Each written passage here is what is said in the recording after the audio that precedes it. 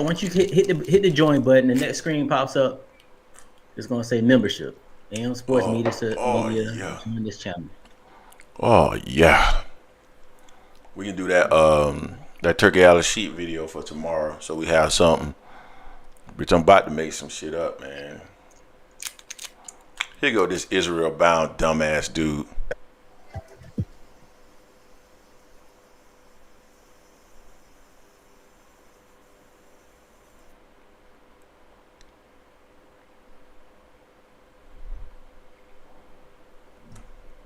This Israel bound nigga's a fucking moron. Bruh. Oh, look at the little on-air shit that at the top. I ain't never seen that before. You live. Oh, I'm actually live?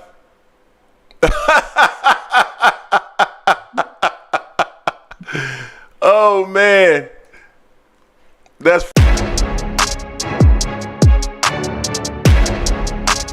Acknowledge us, bruh.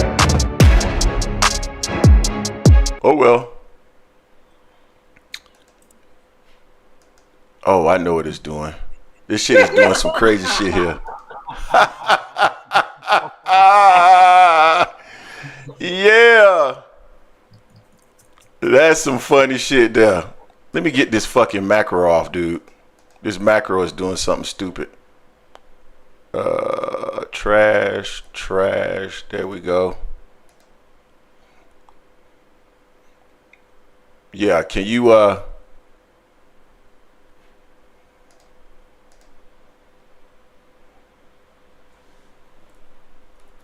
Yeah, I know I was live now. Shit. I was actually about to go do something else, but I guess we'll go ahead and start the show now, Jay. Fuck it. We done already fucked up.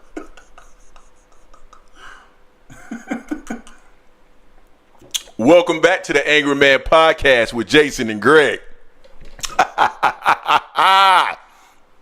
Yeah, so I've been working on some automation and apparently it went wrong there. But everything that I said that y'all heard, I fucking meant it. Now, let me start off by giving love to the, and I'm going to address what I said too. Rock Dog Interactive, if you need anything relative to web design or anything else, make sure you check out Rock Dog Interactive. They're one of the best in the business right now. And then Nadaj Vodka, www.nadajvodka.com. African-American owned out of Jacksonville, Florida. The best tasting vodka you can imagine. Make sure you guys go check that out, man. Just stellar vodka. Now, let's jump in it. Because Mr. Israel Bound, who for whatever reason thought he was cooking in the Discord earlier, was sadly mistaken. After you got booted from the Discord, which I actually invited you back to the Discord, Mr. Israel Bound, there were people there basically saying that you look like a moron because you were sitting there making an argument about a screenshot that I added. And these are the Terence Crawford fans that I'm talking about. You're a perfect example. You were literally trying to make an argument about a screenshot that was not from the video you were referencing. That's what made you look so stupid. That's number one. Number two, you made the comment that you looked at the video today, the video that you dropped today. The video that you are referencing is from the 19th. You even admitted that. Yet you continue to talk about today referencing yesterday. The video is from the 19th. Yesterday was the 20th. Therefore, that video didn't drop yesterday, and you were even more confused than you even imagined. Everybody in the Discord read that and understood it, but yet you thought you were cooking me. That's what was so idiotic about it, and that's why I'm done. That's why I was like, man, just go talk to somebody else, dog. Cause you can't even get the dates right, fam. The 19th was Friday. The 20th was Saturday, the day in which you made the comment. The video is dated from the 19th. You literally referenced it was from a day ago when you looked at the video. Dog, if you would have looked at the video on Saturday, it would have told you that the video was hours and hours old. And if you could do math, then you would have known it was from the day before. So it is what it is, man. But conversations like that where you can't even get your fucking date right, like I'm just done, dog. It don't have anything to do with you. I'm just done. Like, you can't even get your date right in your argument, yet you talking about you cooking me. Talking about some dearly departed. Man, are you dumb? Man. Anyway, Jay, let's go on to the next. Yes, you made the statement yesterday. You made the statement yesterday that today, as in yesterday, today you guys dropped a video. We did not drop a video, that video that you referenced today, fam. It dropped on Friday. God damn, how dumb are you, guy? Anyway, go on to the next one. Go. Let's go to the first topic. Let's see. Still getting my stuff up.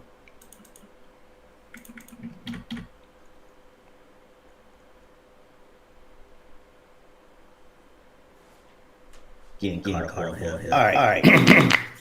Let's go. Let's get it cooking. All right. So let's start with one of your favorite fighters, Keyshawn Davis. Let's go. Out Abdullah Mason. You know, he talking about Abdullah Mason. You know, and all that. Y'all talking about him like he's the best thing ever. He only got 14 fights. He's doing fights, journeyman and all this stuff here.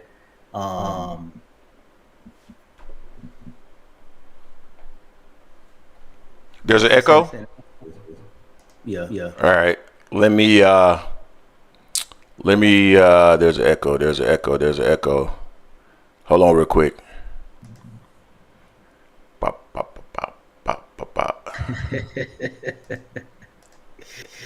The echo should be gone now. Y'all let us know if the echo is still there. Yeah, is the echo still there? Or is this gone? The echo should be gone now.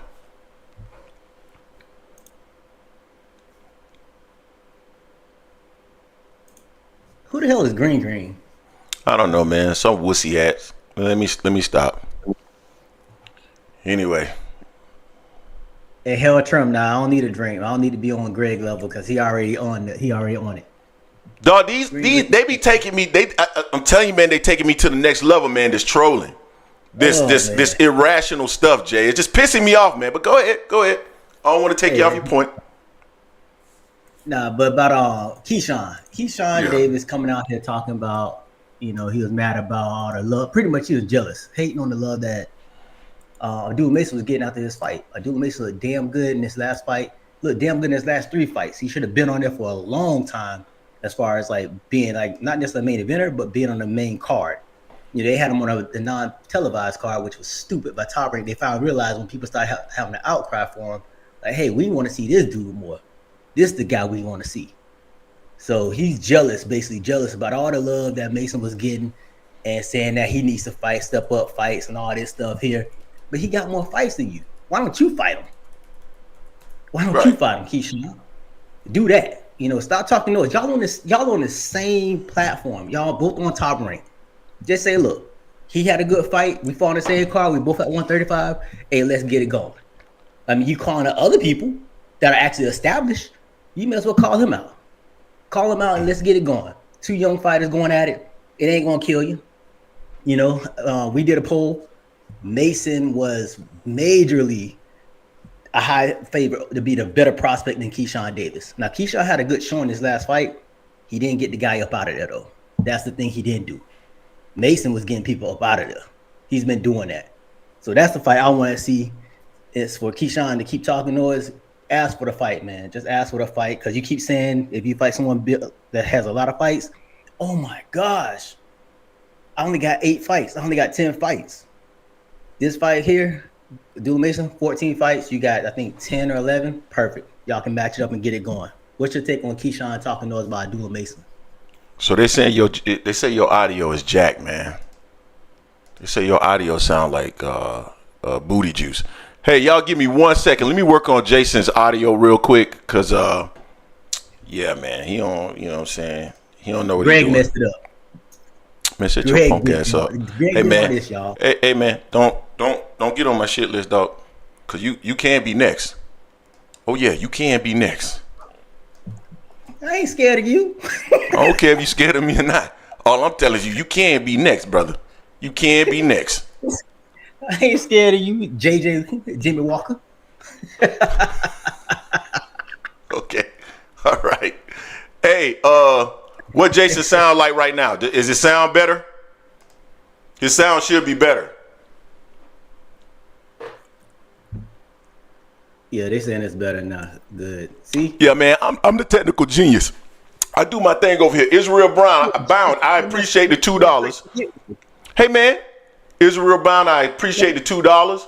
No hard feelings. And like I mentioned to you before, I sent you the invite back to the Discord.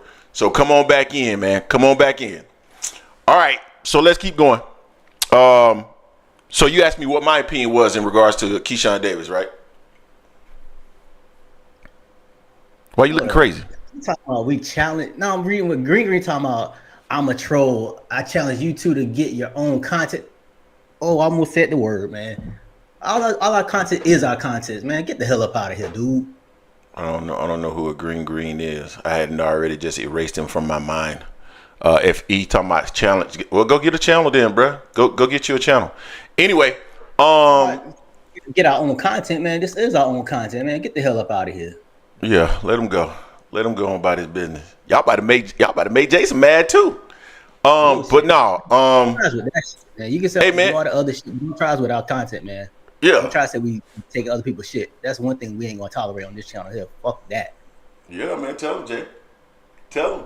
They about to see the other side of Jason. Let me go ahead and step back and enjoy my bourbon.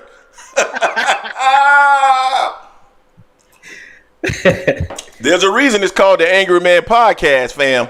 But no, so Keyshawn, yeah, man, Keyshawn, like in one situation, like in one breath, I can see it. I'm looking at him like, you know what, man? Keyshawn is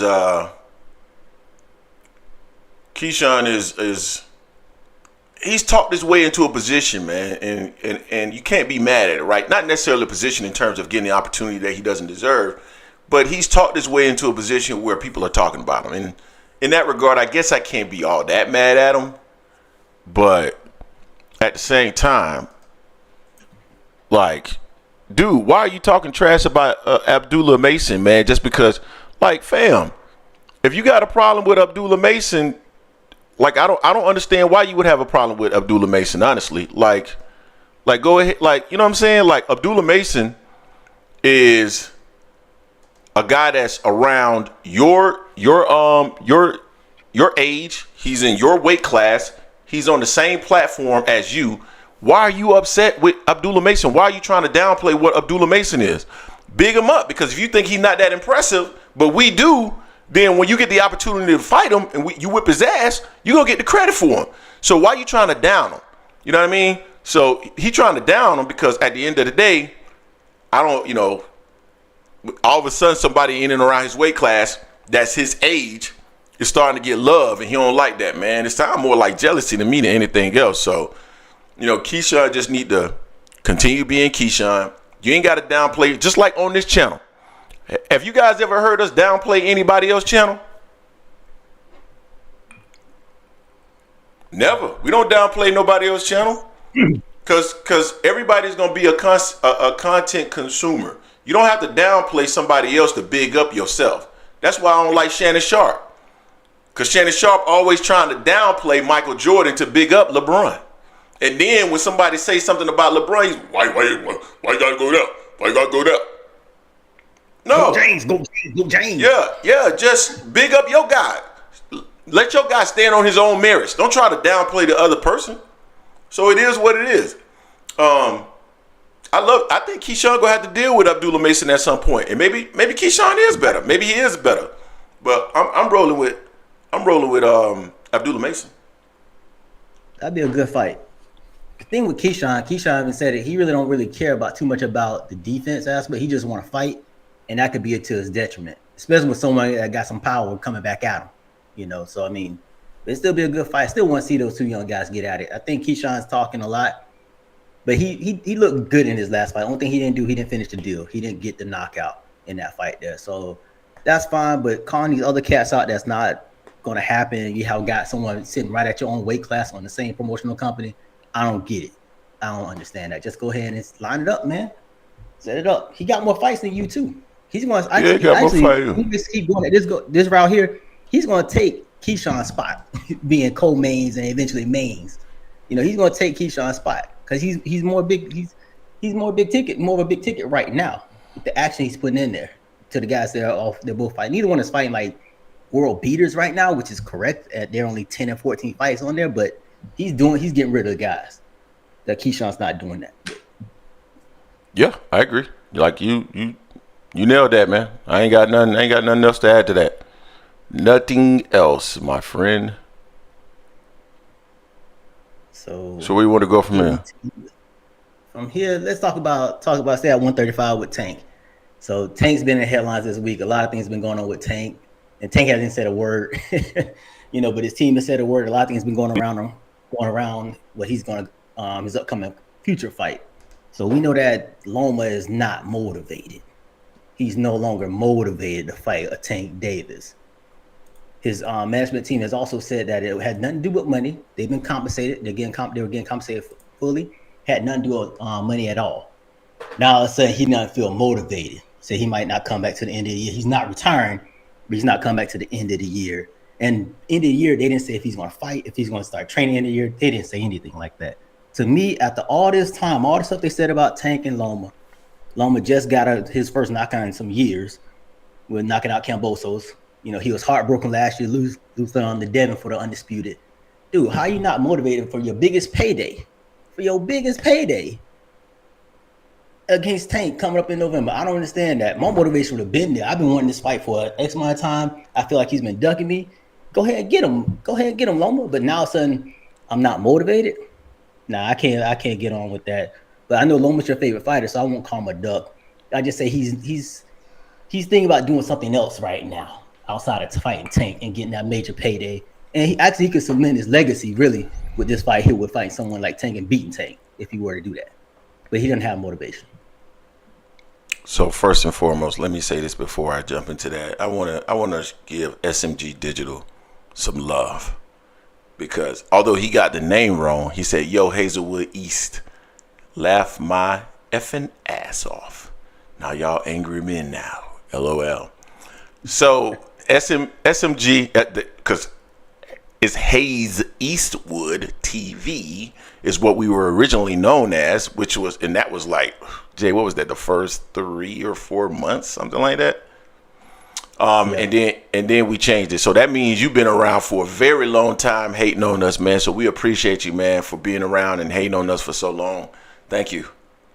Anyway, so I want to understand this. Devin doesn't fight Shakur. Shakur's a duck. Loma doesn't fight Shakur. We don't hear anything. Zepeda doesn't fight Shakur. We don't hear anything. No pushback. Gervonta Davis, if he doesn't fight someone, it's a duck. You see a common theme here? And people will say, it's so interesting because people will say we hate Shakur, they'll say we hate Devin Haney, but yet I see a disproportionate amount of anger towards those gentlemen when they don't fight someone versus these two gentlemen when they don't fight someone. Like, cause Loma, he didn't want Shakur, now he don't want Tank. And Tank the biggest pay. I understood Shakur to an extent. You could make an argument that there was no money there for that fight. But Tank? So if you make the argument that those two gentlemen, or those three gentlemen, Haney, Shakur, and Gervonta Davis have a higher profile than someone like Lomachenko, and that's the reason why they get more scrutiny, I'll accept that as an argument for sure. However, no scrutiny at all, I will not accept that. And we don't hear nothing about this dude ducking. There is no narrative out there about Lomachenko and ducking. Matter of fact, the narrative was that Tank was ducking him. But I showed you guys proof that Lomachenko didn't really want to fight either. He didn't seem too enthused about that fight back in 2019, 2020. So it is what it is. Now, I came to the conclusion that it's a possibility that Lomachenko is trying to negotiate, right? I hadn't heard that out there from anybody else. Everybody else was just saying he was ducking. I think we were the first platform that said, or at least I said, that there's a possibility that he's trying to negotiate because he knows that Tank has a sequence of fights, maybe, that he's trying to execute over the next few years, and maybe he can position himself to get more money. That's what I was thinking, that it's a possibility. So, Coppinger has reported that all negotiations have broken off. We'll see if those negotiations end up coming back up, maybe, because they still got time. And we'll go from there. But for right now, I got to label him as a duck because he's ducking Gervonta Davis. Whack, whack. Jay say Tank duck. So that justifies. So let's say you're right, which I don't think you are. But let's say you're right. So Lomachenko ducking Tank is justified because Tank ducked him, although Tank was like 23 at the time. It wasn't in his prime. Come on, fam. Come on, fam. Come on, fam. So anyway, Jay, let me pause here real quick. We got 108 people in the building, and we only got 36 likes. Come on, guys. Y'all got to smash the like button, man. This is how people find our content, man. This is the only way they find the content. We got to smash the like button. So make sure you... Larry Lopez, what's good? RJ, what's up? Oh, Battle Rap, shit. what's up? That's the wrong one, man. Blue Blood and came in him and he talking crazy. That's the wrong Blue Blood. Oh, man, that's not what you supposed to be saying. That Blue Blood. God damn it, Blue Blood. Yeah, put the drink down, bruh. God damn it, man. Put the damn drink down. You done mess up all day. First and foremost, I didn't mess up anything. Let's get that started. Yeah. I didn't mess up anything. I've been working on the channel to try to make the channel better.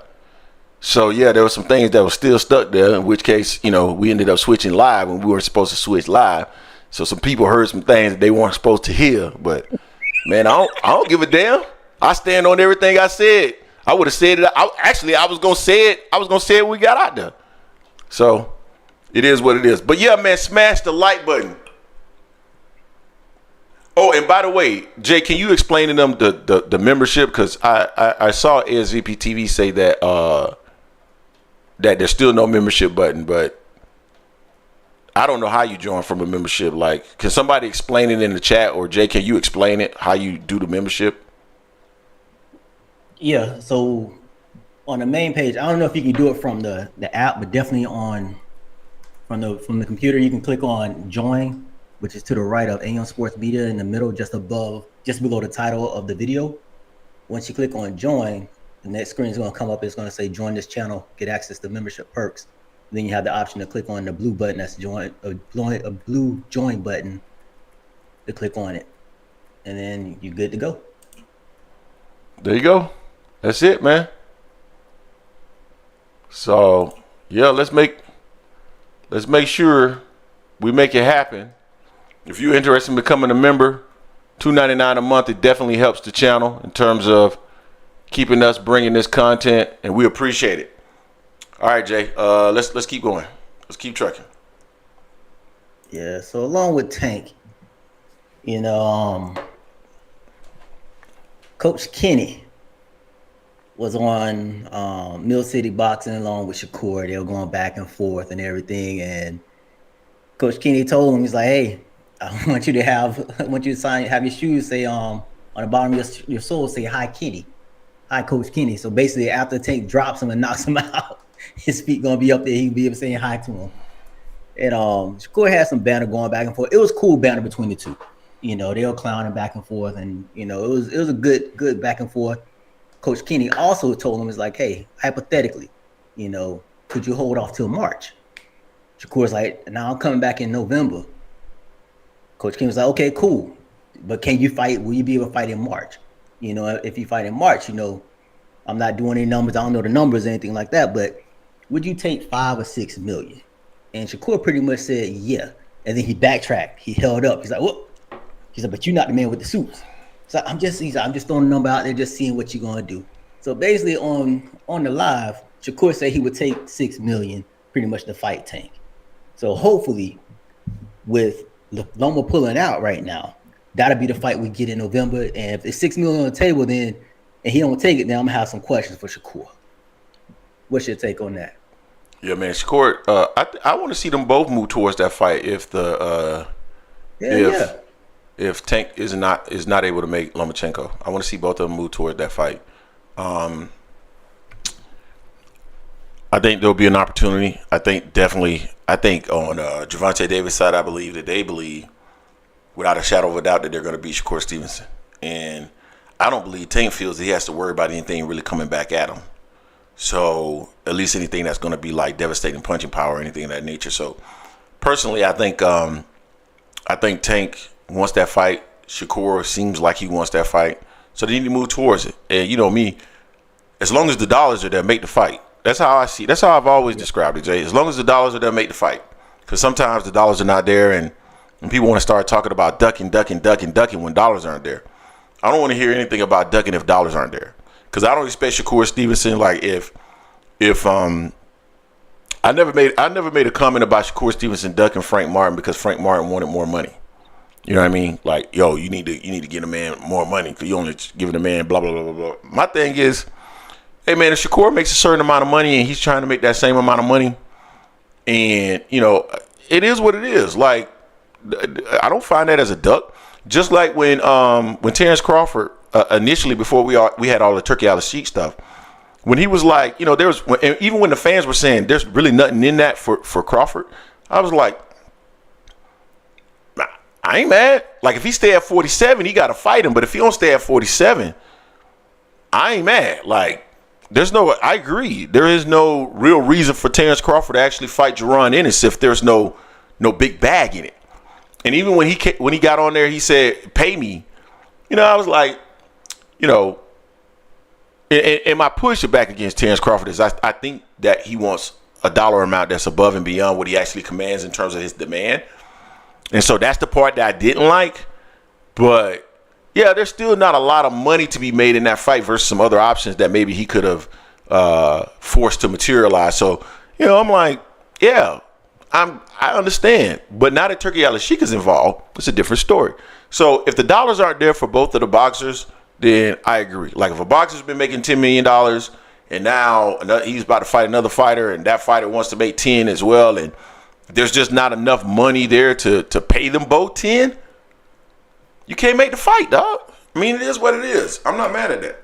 So, you know, hopefully these guys end up fighting each other. I hope they end up pushing towards that. That's my preference, to see them fight next. And if it's not next, then the fight after that. And as long as they're fighting, as long as Tank and Shakur fight somewhere between now and the end of 2025, I'm good. I'm Gucci. Yeah, I think this fight should be next. But the thing is, with Shakur, he has to get his representation first and foremost. I think just to safeguard himself and protect himself, to make sure he's getting the best deal available, he needs to get his representation. You know, that's just doing good business out there before this fight can even move forward with even an offer or anything like that, because he's a free agent right now. You know, PBC may want to try to have him for a couple of fights, 2 or 3 fights, you know, if he signs for this fight Tank, but he got to get representation first and foremost. And he said he understands he's the B-side. He understands how popular Tank is and what he brings. And he understands he's going to get, you know, he's not going to get a lot on that, you know, after that. So as long as he's saying he understands that, he actually does that, he gets his representation, then we can move forward with this fight in November, you know, because I don't see the only other fighter that could get in the way would be Zepeda, and that's the way De La Hoya hopping his behind and trying to get some more money, put some money up some type of way to try to sway Tank away from Shakur. And even then, I don't think he's going to do it. I think he's probably going to have him try to go another route and fight someone else, because he already talking about saying that before Loma pulled out with Shakur, and for Shakur to fight Zepeda, he would have to sign with Golden Boy, which was some whack shit. But that's what Oscar does. Hey, real quick, man. This dude Green Light is in the Discord now. He says, look at Jason talking about Mill City. Never heard that platform talk about AM Sports. Plus, Greg is wrong. They were on for non-channel. Get it right. Did I say Mill City? I don't even think I even mentioned Mill City. I said Mill City by accident. Okay. I know I didn't say Mill City. With Mill City, I got it confused because Mill City had Keyshawn on there, Keyshawn Shakur on there. You know, hey man, those other channels don't have to mention us for us to mention them. So here's the deal. You got to understand exactly what these channels are, right? So Mill City, I view Mill City similar to what I view YSM or Fight Hype. They are interviewing fighters, right? So that's what they do. So yes, the fighters are going to make comment. This platform is a opinion-based platform. The opinion is the content. The opinion is the content. Okay? That's like saying FS1 is hating or don't have their own content because they are commenting on a game that was on ESPN. That is a stupid statement. That's stupid. I'm sorry. I don't mean to like be rude, but it's stupid. So, and by the way, we have interviewed fighters. We had Kenny Sims on this month. We've had Gary Russell on. We've had David Benavidez on. So like all of this is like shut up. Like you feel like a troll. Man, add some value or shut up. Anyway, well, what's next, man? Yeah, and my mistake on that. It should have been Fanon. It was on Fanon's channel that they had the interview. Yeah, that's fine. I mean, we're not perfect. We're not perfect. We're gonna make mistakes. Guess what? We make mistakes. It's all good. No, we don't do this with a script. So yeah, there is no script. We got full-time jobs, and we still growing a channel at a rate that a lot of cats can't. So, you know, Greenlight just mad because he can't. Greenlight, if it's so easy, go make your channel, fam. That's all you got to do. Go make your channel, and we'll see how quickly you grow your YouTube content. Anyway, go ahead. I'm having a bad day, man. These ninjas starting to piss me off today, Jay. I mean, we can get to the call in real quickly. So also regarding Tank and Shakur, so you know this match has been talked about for a time. So now, after a while, after the last two fights, Tank's fight and Shakur fight this year, a lot of legends have been getting behind Tank now. Before they said Tank can't do anything. You know, he can't do anything. He won't be able to do nothing with Shakur. Now they seen some holes in Shakur's armor. They're like, okay, Tank's getting it.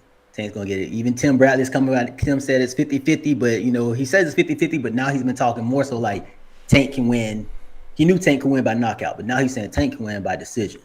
Just the way Tank fight and the way Shakur fights power punchers now. That may change, of course, when they do match up. It's going to have to change for Shakur to get that victory against Tank. But Roy Jones is out there talking about Tank's the best at 135. Robert Garcia saying Tank is unbeatable at 135. You know, I'm not going to say anyone's unbeatable, but Tank shows a different dynamic, brings something to 135 that other fighters don't bring. He has a ring IQ. He has the decent defense, but also he has the power in both hands. The other fighters at 135 haven't been showing it, at least the top three like that, you know, like a Shakur or a Frank Martin. I mean, those guys like that, they don't have that power like that. Tank is very gifted at 135. So, I mean, I agree with these fighters here, but they still got to fight the fight. Anything can happen in boxing, you know, but I definitely agree with them saying that Tank's the best at 135. What's your thoughts on these legends now coming more so towards Tank after seeing Tank fight Frank and seeing how Shakur looked against Artem? I think they are seeing what we've always seen, and just because you're an expert in the sport doesn't mean that your opinion can be clouded by your own biases. Bias that you have because you're associated with a fighter or you're associated with the entity that's associated with the fighter. So, I mean, it is what it is. We all have biases, so I'm not knocking anybody for that. We all have biases. I've never like I've always thought Shakur was really, really good. Like Shakur is a good fighter, but I've never seen this almost like they're talking as though he's like Mayweather-esque. I've never seen that necessarily in Shakur Stevenson. He's really good. He's really good with defense. And he's really good at judging the distance of punches and timing and all that, man. He's spot on with that. But it takes more than that to actually be successful in the sport.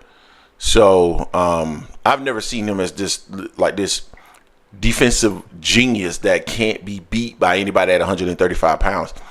And I think it feels like he's limited, right? Because he's already having to go into somewhat of a shell at 135 pounds against power punches. He said Artem, but man, damn, he was strong. Well, he was strong. I'm like, Artem? Like, man, he was strong. So, So, you know what I'm saying? It feels like he's been in the ring with a few guys that have punching power, and it feels like he isn't acclimated to the weight well. So imagine if he goes to 40. Imagine if he goes to 47. Like he was talking all that trash about, or talking trash to Ryan Garcia. But, man, Ryan Garcia way too big for Shakur Stevenson, man. If he lands that hook, he going to put him to sleep too.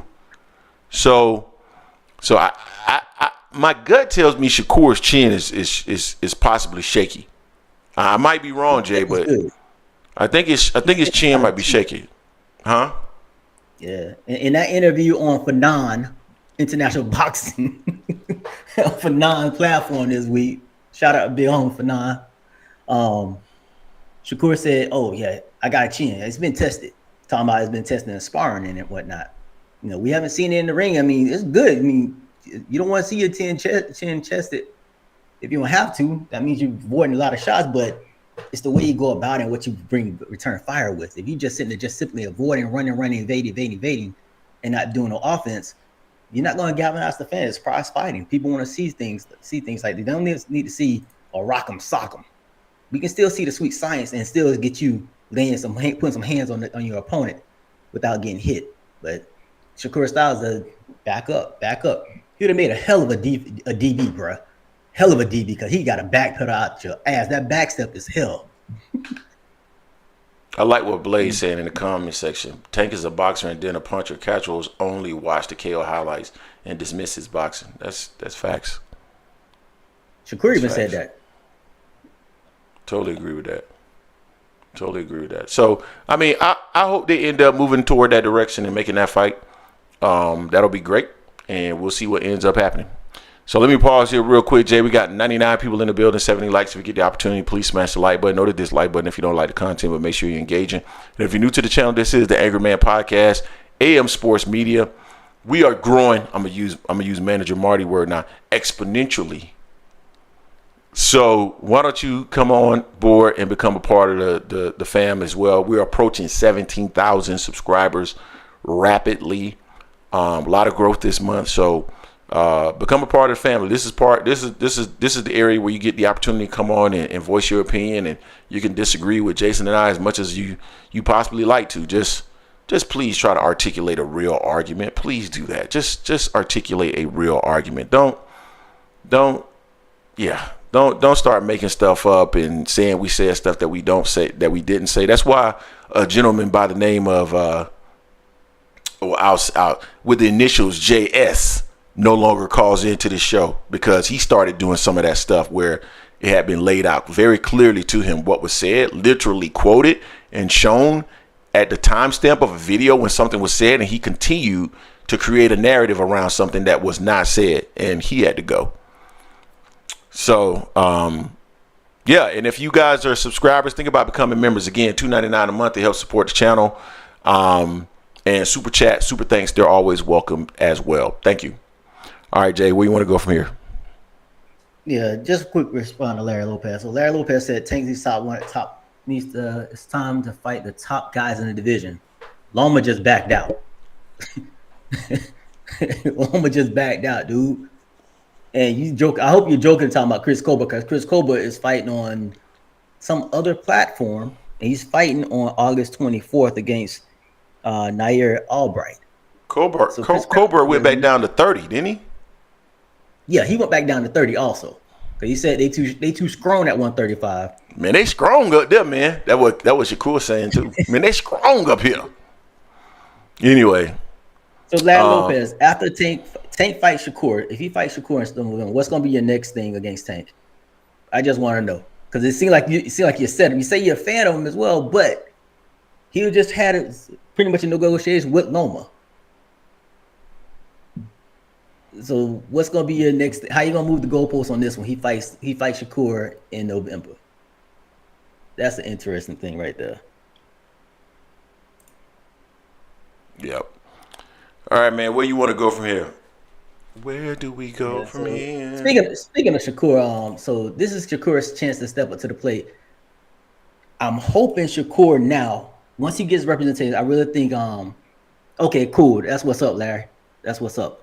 I'm hoping Shakur gets representation. That's the first thing he needs to do first and foremost before anything can move forward. He gets that representation. As long as it's not top rank, I don't think if he goes with top rank, I don't think that's ever going to happen with him fighting Tank. Just because the way him and Bob, way that stuff goes on over there, I don't trust it. I know Loma's with top rank, but he's cashing him out. He was cashing him out, and all the stuff that Shakur has said about the top rank just the last month or two, I don't see them going back to that. But I want Shakur to say a little bit on out there, get his representation, and then fade out because the real business is done behind the closed scenes, behind closed doors. No one needs to know all that stuff going on, all this stuff on Twitter. Chill with that. Because that's not how they do business, or at least usually on Tank side. They don't do PBC on them. They don't do business out in front. You really shouldn't do business out in front anyway on that. So I'm hoping that's the way it goes. I want to see the Shakur fight. A lot of people saying Tank fans don't want to see the Shakur fight. Bullshit. We've been asking for that fight for the longest. We want him to fight Frank, Haney, Shakur, Tio, Loma. We want him to fight any of those guys, and he's already fought Frank. He was scheduled. He was in the negotiation with Loma. Now we want to see what's going to happen next. So we'll see. Yeah. I don't know what's going to end up happening with Shakur. Hopefully he does get that representation relatively quickly here. And if he does, then maybe we got a fight in November. I could see, though, representation being an issue and that being projected or used as an issue as to why he can't fight Gervonta Davis in November. So we'll see. So that's why I'm like, I would like to see Shakur in November. I don't know if Shakur would actually be the opponent in November just because of that fact. And I think, and that's why I'm saying, you know what, if they fight anywhere between now and the end of 2025, I'm satisfied. I think we'll be in a good position in terms of boxing. I think Tank is more than willing and able. I think Shakur is willing and able. And then those two can match up, and then we see where they go from there. I think after that fight, that'll be Tank's. That'll either be Tank's second or third fight on his current contract, and then he'll have 3 more to go. He'll probably try to seek out a rematch with Ryan Garcia, but Tank gonna put another rehydration clause on him, just like Shakur said he would. Shakur know what's up now. Nah, he ain't gonna talk about that. He ain't gonna talk about Shakur in his own mouth saying he would put Ryan on a rehydration clause if they fall. Yeah, he switched up quick. I don't do no rehydration clause, man. I don't know, man. Like, I don't know, man. He look kind of big and strong, so I don't know, man. I don't want to rehydrate him, but yeah. But nah, man. I mean, I hope that fight ends up getting made at the end of the day, and those fighters end up going down career paths where they make other big fights around 135 pounds, 140. Yeah.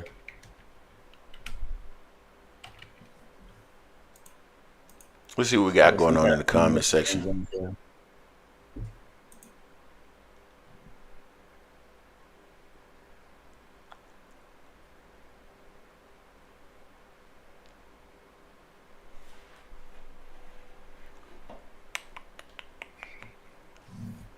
It's amazing the Loma fans come out. I think some of the Loma fans are just Tank haters of the way they talk. Well, more than likely. More than likely, they hate Gervonta Davis for whatever reason. I don't know why they hate Tank Davis, man. Why you guys hating Tank Davis like that? All right, Jay, any more topics? Because we can't open up the phone line and we can't open up the Discord, which is fine. It's funny. They bring this. What was it 7 years ago? Well, we didn't have a channel 7 years ago, for one. Yeah, that's facts. and two, Tank never put out negotiations with the Loma. Loma put out negotiations this time. Difference. Facts. But yeah, so your favorite fighter, your new up-and-coming favorite fighter, Israel Madrimov. Sparring, didn't look too impressive for you or anything like that. I mean, let it be known. Greg and I, we're the Angry Man podcast, but we don't rely on this one here. He got Madrimov in 6. I got Bud by knockout. I might have to change that. I don't believe in that dude there. I don't believe in Madrimov. He got 10 fights. I don't care how many amateur fights he has. Amateurs and the pros is different. It's completely different. It's not like Bud is jumping up 4 weight classes or 3 weight classes. He's just moving up 1 weight class. going to this guy here, he only got 10 fights.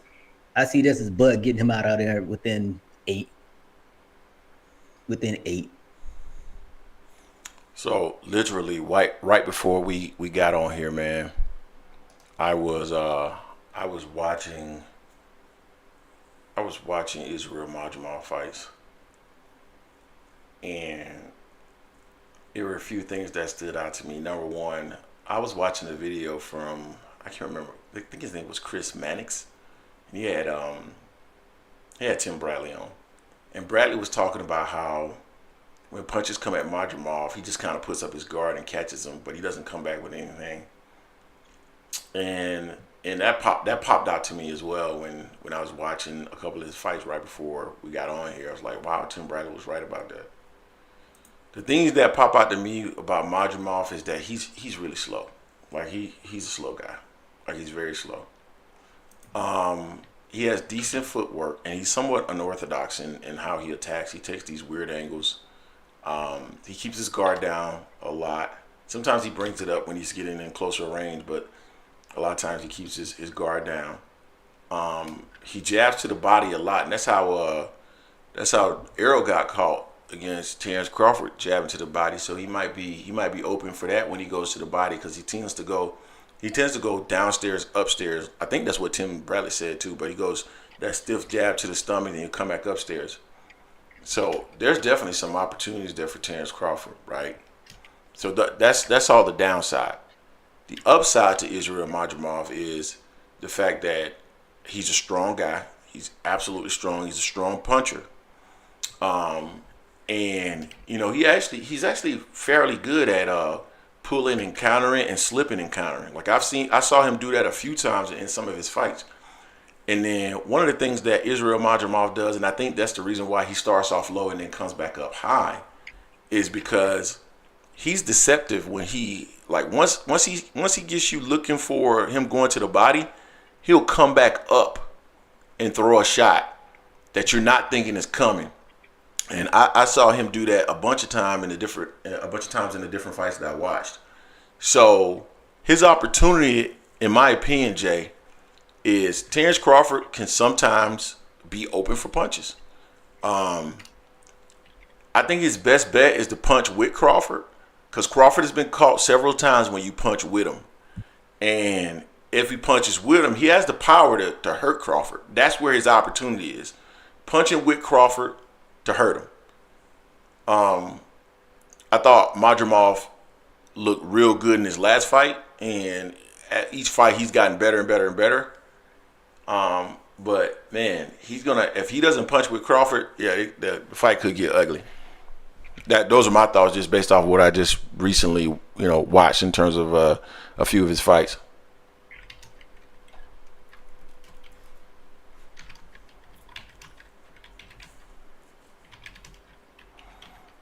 Yeah, so we'll see what ends up happening, man. I'm excited to see Terence Crawford get back in the ring. I'm always excited to see fighters get back in the ring. I'm excited to see Crawford get back in the ring. It'll be interesting seeing him back in the ring and seeing what he looks like against Israel Madrimov.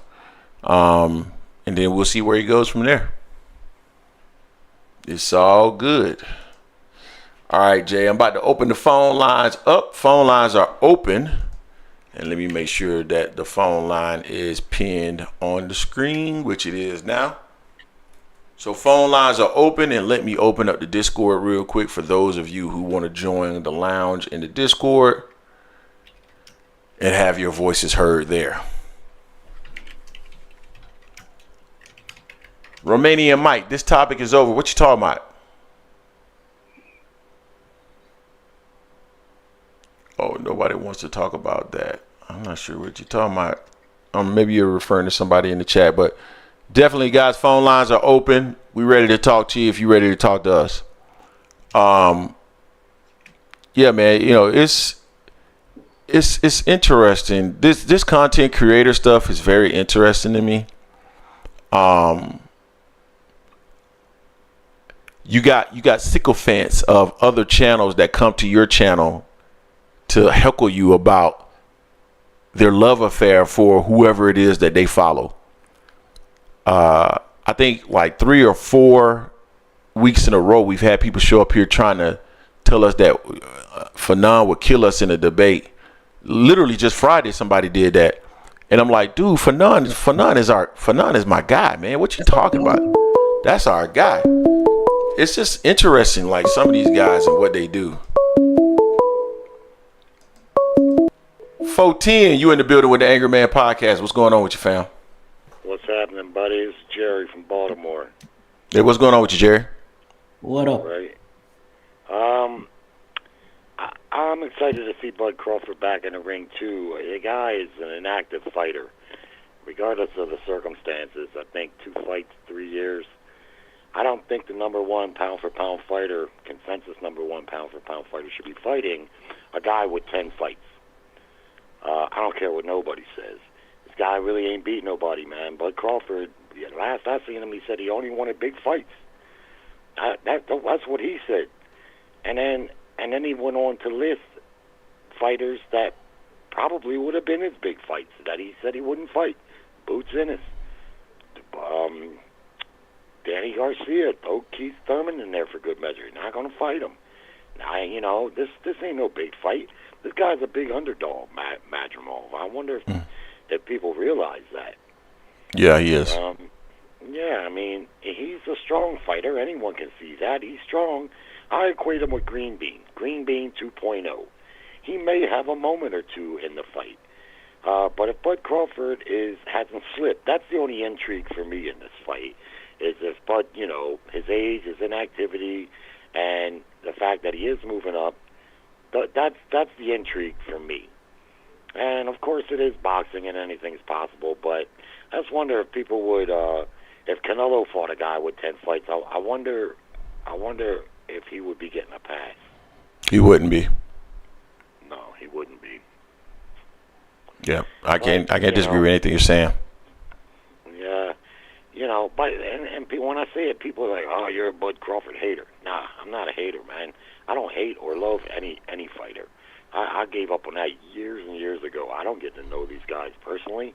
I love the sport. So the top representatives, if we can't hold them to a higher standard, I don't know who we can. Canelo Alvarez. I mean, I've followed Canelo's career since he's been, televised. And the reality is, I've been saying for 2 years now that he's ducking David Benavidez. That's not hating Canelo. Shit, I bought every pay-per-view Canelo's ever had. I've always been a fan, but that don't mean you can't criticize. I'm a professional fan, right? I've spent thousands of dollars on HBO and Showtime subscriptions, going to fights, pay-per-view events. So as a professional fan, I get to praise fighters when they're worthy of it and criticize them when I feel that they were. That's what fans, that's what we do. That's our right? We're the ones paying for it in the end. Yeah, so I don't hate Bud Crawford. I mean, you can't be a fan of boxing and not like Bud Crawford, what he does in the ring. If you can't see that, then you can't even say you're a fan of boxing. But nonetheless, I'm still going to buy it. Do you know how much it is? I think it's like $70-some, and that's what's so interesting, because the main folks that sit up there and talk about Bud Crawford and that we're Bud Crawford haters and those the main ninjas that streaming his fights, the main ones. Streaming them, yeah. Well, see, that's the thing, man. I ain't never streamed a fight.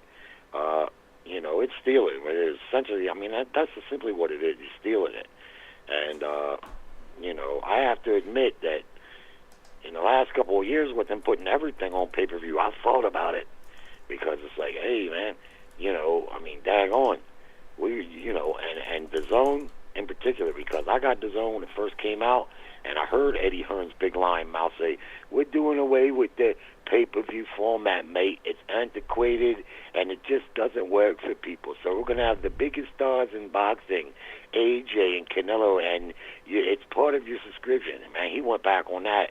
He flipped that pancake quick. Oh, yeah. Wow, yeah, man.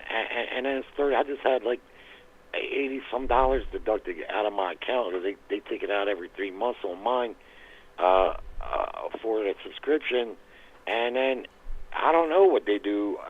A lot of they have little fight cards, a lot of British domestic level dust-ups. They probably ain't bad fights, but Come on, man, $30 a month. And then anytime it's a marquee fighter of any value, now see, I heard that the pay-per-view for this Bud Crawford was going to be cheaper. I thought I heard it was going to be like $40, but no, huh? Nah, I don't think I'm pretty sure it's in the 70s. I thought I saw it was in the 70s somewhere. Well, I don't know. You know, I'm just getting sick of it, man. I'm $300-400 deep for pay-per-views in the last few months. You know, it's $79.99. Damn, I'm right up there with the rest of them. Yep. Well, at least it has a good undercard. And Bud Crawford's one of the best fighters of his generation, and he probably doesn't have a lot of fights left, and that's why I'll probably buy it anyway. But they really got us boxing fans bent over, man. They really do. I mean, it wasn't that long ago a pay-per-view card was all marquee matchups, and it was $49.99. I mean, shit goes up. I get that, man. But what's happened with boxing is the pay-per-views have went up, but the quality of the cards have went down in most cases. You know. Facts. Yep. Yeah. All facts. Anyway, 100%. One last thing I do want to say about the Loma and Lomachenko and Tank Davis. We've been hearing for 3 or 4 weeks that those negotiations were going along swimmingly. Yeah. And all of a sudden, Loma does an about-face. So we don't get to hear the details, you know what I mean? But I suspect one or two things happened there. Either, likely, I think, is Tank's team wants too much. They definitely going to want to be the lead promoter, and that's big because that shakes everything to his favor. Lomachenko probably can't win a decision against Tank if Tank's people are the lead promoters. And then Tank is the A side, but they're probably going to want, something went not just wrong in those negotiations, it went horribly wrong. So after about 3 or 4 weeks, when they started to really get down to the nitty-gritty, like the revenue for the live gate, the merchandise split and everything, it went real wrong. Now, Loma's not going to tell the details, but judging how he went from hot to cold, it kind of says, to me, that's what it suggests. However, it could be that Loma himself may be pricing himself out because they know why Tank wants Loma now instead of 4 years ago. They know why. They want his scalp. And they maybe can get it, but they want him to pay for it. You know what I mean? Yeah. You can't have everything your way and then come up with short or just even money. If you want this scalp, you can maybe get it, but you're gonna have to pay for it. Because Loma's near the end anyway, you know what I mean? So I'm sure, I don't think he fears Tank at all. He's a prize fighter, but that's what it is. It's business 101. You want this head, you got to put some money on it. Yep. No, that makes sense. Thanks for giving me some time, brother. Oh, no problem at all. Appreciate you for calling in. All right, buddy. Thanks. All right, later.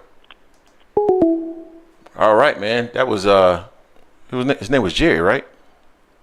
That was the best Jerry we got. Yeah, Jerry from Baltimore. Yeah, that was a good balanced take there that he had. Huh? I think he was from Boston. No, Baltimore. He said Baltimore? Interesting. Pretty sure he said Baltimore. Jerry, tell us where you from. Thought you said Baltimore though. I'm looking up what 310, you in the building with the Angry Man Podcast. What's going on with your fam? Hey, what's up, Jason and Greg? How you guys doing tonight? Hey, how's it going? Chilling like a villain, man. Chilling like a villain. Southern Cali, baby. All right. Check this out. So I've been talking to you guys since the Boots fight. Mm-hmm. I was happy with Boots, and I don't care what anybody says. Yeah, he did take a few punches, but he showed me once again, just like the Villa fight, that he has a chin, man. He has a chin. Mm-hmm. Yeah, he does. Doesn't got that chin. Bud doesn't got that chin. Tell you that. Bud got hit. See, I'm gonna probably piss some people off right now, but when Bud got dropped by a knee machine, I don't care what anybody says. Bud did get dropped by a knee machine. He didn't get credit for it, but he got dropped. So if Bud can get hurt at that weight range, what's he gonna do with a guy like Boots, man, when he hits you like that, you know? And it's like, dude, Villa knocked the hell out of Boots, and Boots just ate it up like nothing. Avenesian hit Boots pretty good, nothing. Boots can take a punch. Yeah, he definitely Very impressed by can. that. I definitely think he has a chin, and you know, as I mentioned before, I think some of why he took some of those punches was the fact that he was rusty a little bit, and then I think after a little bit, I just simply think he didn't respect David Avenesian and the artillery, the arsenal that he had, and so then he just went all offense, man, and got him up out of there. Definitely exciting, man, the way that Boots fights. Something else, too, is like, I'm probably going to piss people off, too, with this, but it's like, don't get me wrong. I respect Bud. I think Bud's a great fighter, right? Mm-hmm. But Bud's biggest fight, Bud's biggest win was against Spence. We all know that, right? Yeah. But that Spence that he fought, Boots would have knocked the hell out of his ass easily. And I wonder if Thurman would have given him a good fight. I mean, I wonder if Porter would have given him a good fight on that particular night. So I'm just saying that the Spence that Bud fought, he wasn't all that. And don't get me wrong, I don't want to take away any flowers from Bud, but I'm just telling it like it is. But Boots would have destroyed him worse than that, I think. So don't get me wrong, Bud's great, Bud's good, but how great is Boots, man? Let's get him in the ring. Let's make that fight, man. Because don't get me wrong, man, I want to see Benavidez beat the hell out of that punk ass Canelo. But the best fight, talent-wise, would be Bud and Boots, man. Hands down, man, as far as talent goes. I want to see that fight for sure. I think that's, to your point, from a talent perspective, I think that's one of the best fights that could be made in the sport, period. They're talking about Canelo and Crawford is a big fight, and it would be. I don't want to take anything away from that. But I just think from a talent perspective, I think the biggest fight that can be made for Terence Crawford is against Gervonta Davis. Yeah, of course. But to me, I don't want to see Canelo fight Crawford. First of all, because Canelo's too big. First of all, and I'm just scared of it being one of those Charlo and Canelo fights where he's running away, doing all that crap. He's not gonna, because come on, let's face it. If Canelo hits him flush, Crawford's gonna get hurt. And Crawford's not gonna take that kind of chance. I don't think he would. Maybe he would. He's dumb enough. But I just think that it's going to be just a cat and mouse kind of game, and I'm not going to pay $80-$90 to watch that fight. Hell no! I already said if Canelo's not fighting against Benavidez, me and the people I know, we ain't going to pay for it. No more support, huh? You ain't giving him no more support. No. Hell, I'm not going to get that Vato no support, man. That Vato's going to get no more of my support. If you want to be a true Mexicano and a true warrior like you're supposed to be, like Salvador Sanchez and the guys like that. And you got to step in the ring with the best. And it doesn't mean that you're going to win them all, man. It doesn't mean that. Like I keep telling everybody, the four kings, man, they all lost to each other, but they're still legends. Ain't nobody can say that Hagler, Hearns, Duran, and Hagler, Hearns, Duran, Leonard, that they aren't the best ever. Come on, man. They are, man. They all took the chance. Guys are too afraid of losing their case closed. But yeah. Wait, one more thing. So Crawford's gonna fight this guy Madrimov. Man, I seen that video, man. He's slow, man. Yeah, he's pretty slow. I mean, how did Crawford look out with getting a guy like that? Dang. Yeah. He gonna have to punch with Crawford. That's his chance to win. He don't got a shot, man. He don't got a shot, Greg. He don't got a shot at all, man. That's what it's seeming like. I'm just hoping though we wake up on August 4th and it is a glorious, glorious day. I told myself if the Sunday morning that Terence Crawford loses a fight, I'm gonna play this song right here.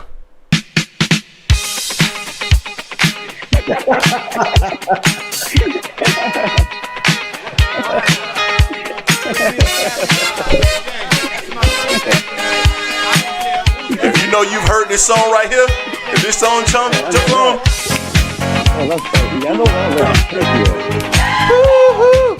Oh yeah. If you hear that song right there, you know it's a great day and you know what happened. Hey Greg, let me tell you right now, man. Us Mexicanos, man, we straight love the brothers' music, man. I mean, I go back to Earth, Wind, and Fire. I'm talking about Curtis Mayfield. I'm talking about all that old school. That's what I was raised with. My older brothers and everything. That's what we're into. You know what I'm saying? That's some old school, man. There you go back to the 70s, you know? That's what it's all about. I don't like this new Drake stuff. I'm not into that, man. I'm into right there, you know what I'm saying? The little, what it called, Daz Band, Gap Band, all stuff, you know? I'm into all that. Yeah. Curtis Okay, Mayfield. cool. Like I say, you gotta go back old school, man. Old school. There you go. But I like that jam. There you go. But oh yeah, one more thing. So if Bud wins, then is there still like a chance that he's gonna like try to get another fight at 154 of somebody other than Boots, or is he gonna try to get the Canelo fight right away? I think he's gonna go try to get the Canelo fight right away. Damn, man. Hope you don't get that fight. Oh, man. Well, man, let's leave it on a good note, man. I'll leave you with that right there. All right. Appreciate you for calling that, Adrian. Hey, man, but appreciate your time. And I shout out to my dad and heaven. Love you, Dad. My son, Jeremiah. Love you, son. Jason and Greg, you guys have a great day. God bless you guys both, man. All right. Appreciate you, fam. Later. Now, so let it be known, Greg is on his own with this Madrimov pick. Hey, yo. So y'all say, we just that. Nah, Greg on his own with this Madrimov pick. Dude, this dude's slogan one every week on the low be killing me, dog. He cooking the shit out you. Oh boy! But if he wins, celebrate good time. Come on, woohoo! Well, cause I'm gonna be dancing in the tears of Terence Crawford fans. Oh yeah. Lord.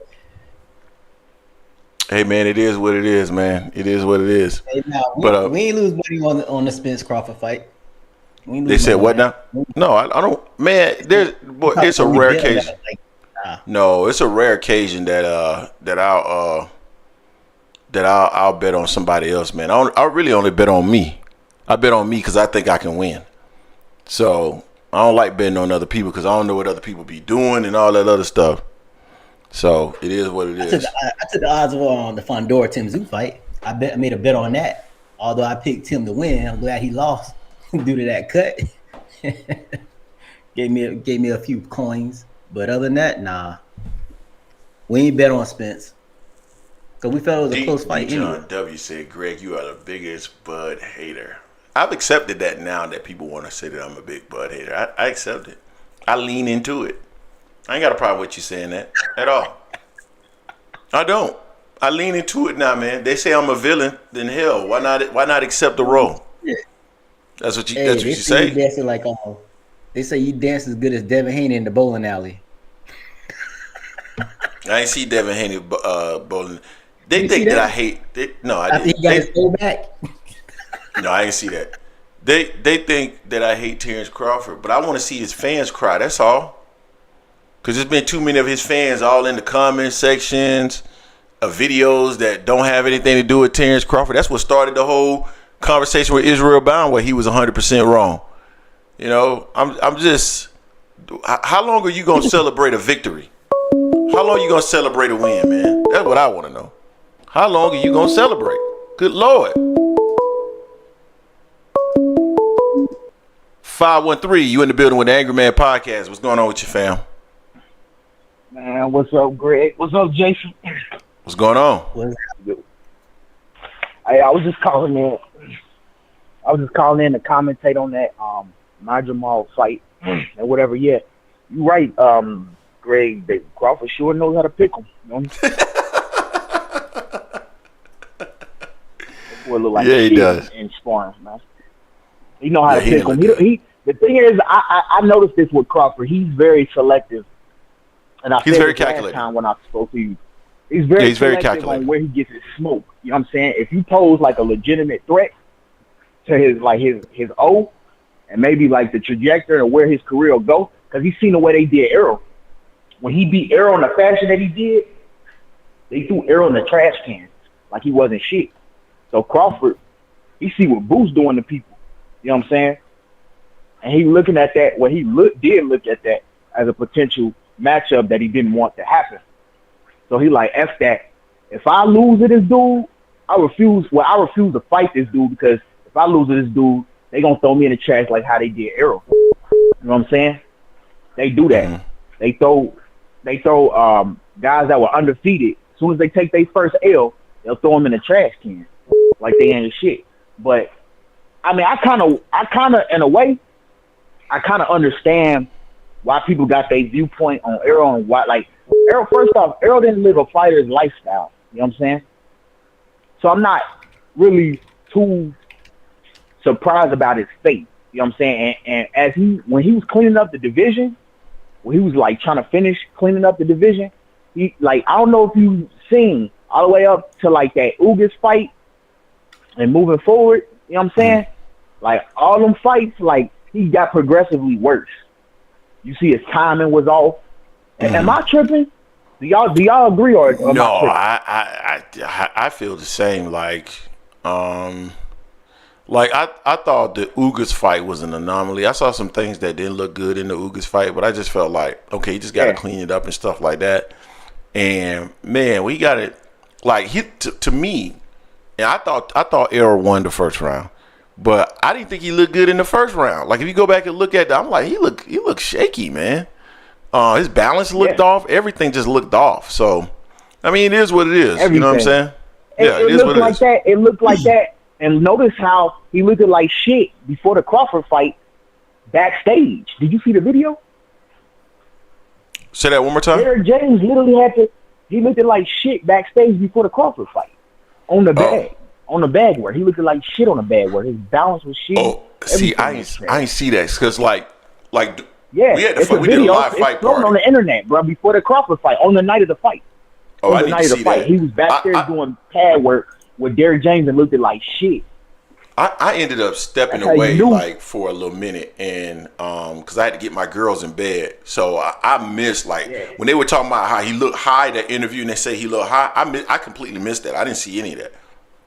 He looked like that too, but I don't know. I think it was probably the altitude, like altitude sickness or whatever. Mm-hmm. But I mean, he did that. I mean, I guess that speaks to how it was hard for him to make weight. You know what I'm saying?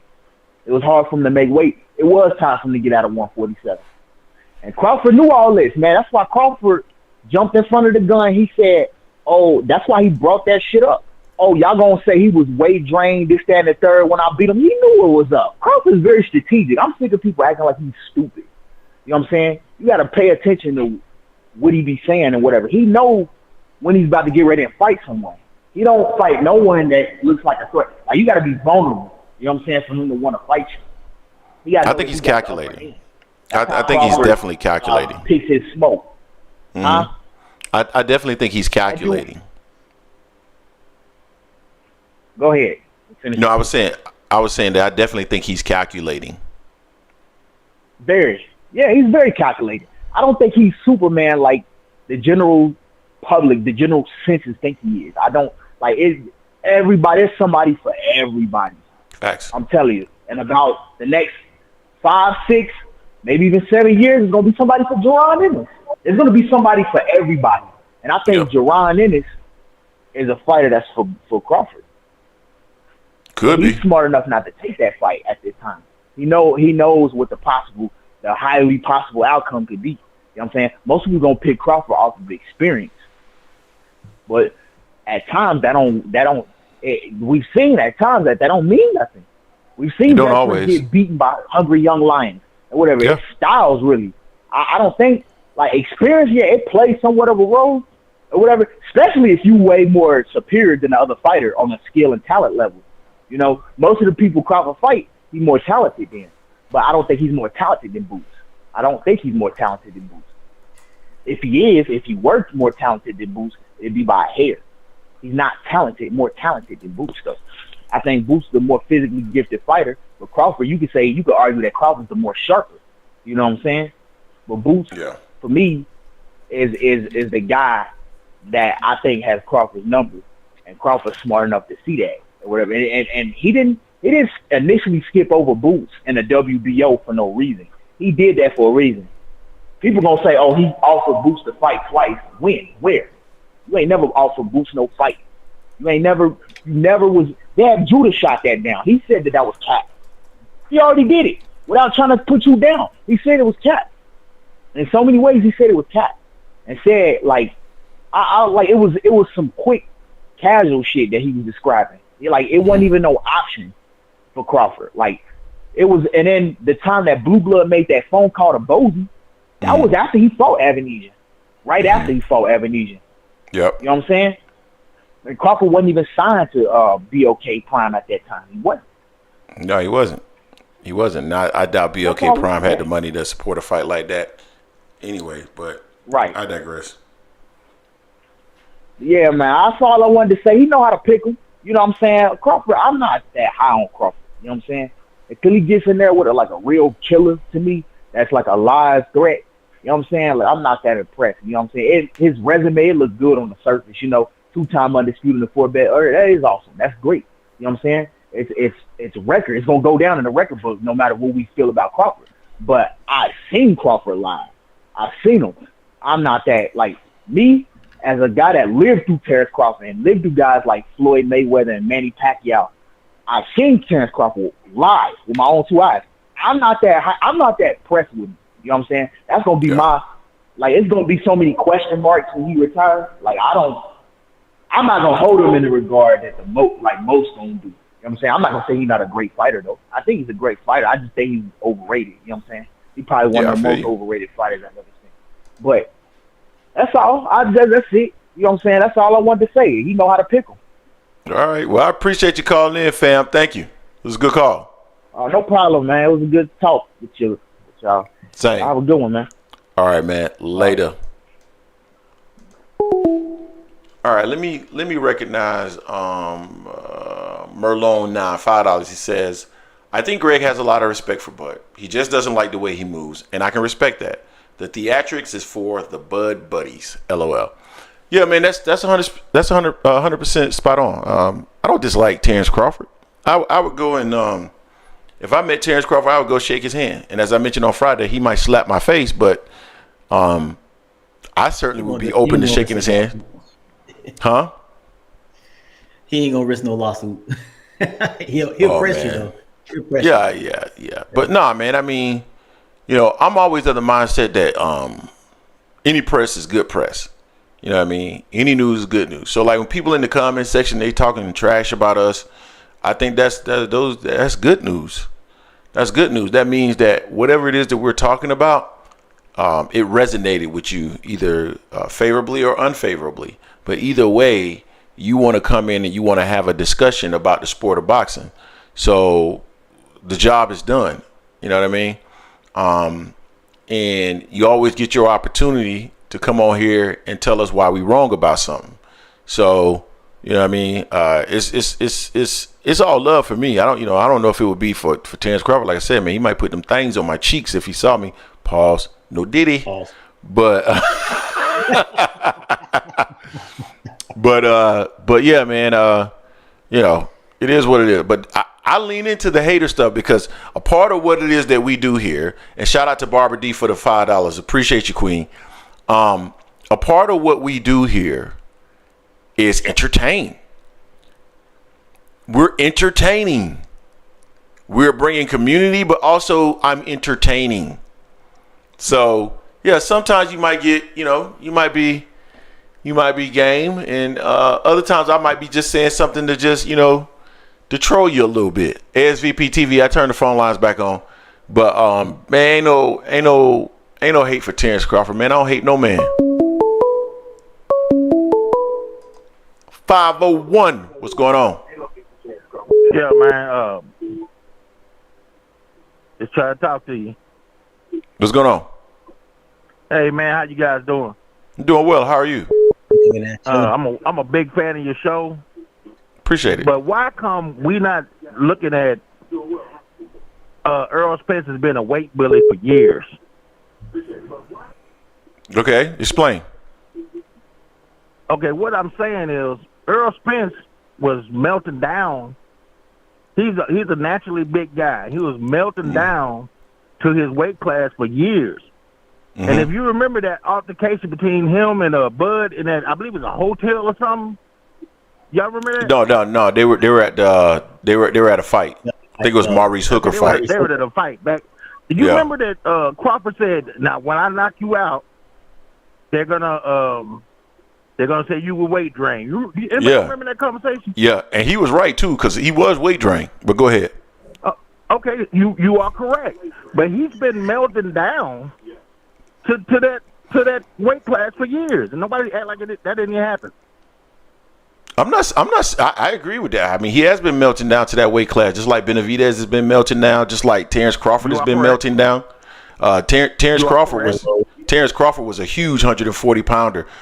Just like Devin Haney has been melting down. A lot of those guys have been melting down to get to these weight classes. That's why I'm a proponent of having same day weigh-ins, so that you can't, you have to think twice about it, or having a rehydration limit. So you have to think twice about like going into the ring where you're not at your natural weight class. What come that can happen? That rehydration clause anyway. Say that one more time. Now, what come that can't happen? The same day weigh-in. I guess they said it was dangerous, but it wouldn't be dangerous if you actually fought at your damn weight class. You are correct. Now, this Boots situation, I got to address this, man. Huh? Boots is a real good fighter. Real good fighter. But everybody get hit a lot. I seen the fight with him and Crawford, the both mutual fight with him and Crawford. Everybody got hit by that guy. Yeah. You remember the last fight Boots had with the little Spanish guy? Villa. Yeah. He was getting hit a lot in that fight. I thought his defense was a lot sharper. That one of those guys that like to get hit. I thought he was a lot sharper in the Villa fight, but but you're gonna get hit, man. It's boxing. You cannot not get hit. I agree, but I'm a huge boxing fan, man. I've been watching. I've been in the game for a long time, man. So I was letting you know that's gonna be a good fight when it happens. I'm gonna let you know right now. That's gonna be the one. Oh yeah, that's gonna be an amazing fight, man. I can't wait, man. Whoever wins, just the stylistic matchup. You guys, y'all keep doing what you're doing, man. Appreciate you, man. Thank you. All right. Peace. Hey, man, I appreciate that, man, because, sometimes you got to hear people saying that you're doing good work, man. Like, we all need reassurance sometimes that we're doing good work, because sometimes these haters' voice be louder than the people that actually supports the channel. 757, what's going on with you, fam? What's going on, man? It's Merlin 19. Let me turn my TV down. Merlin, what's going on, man? Salute.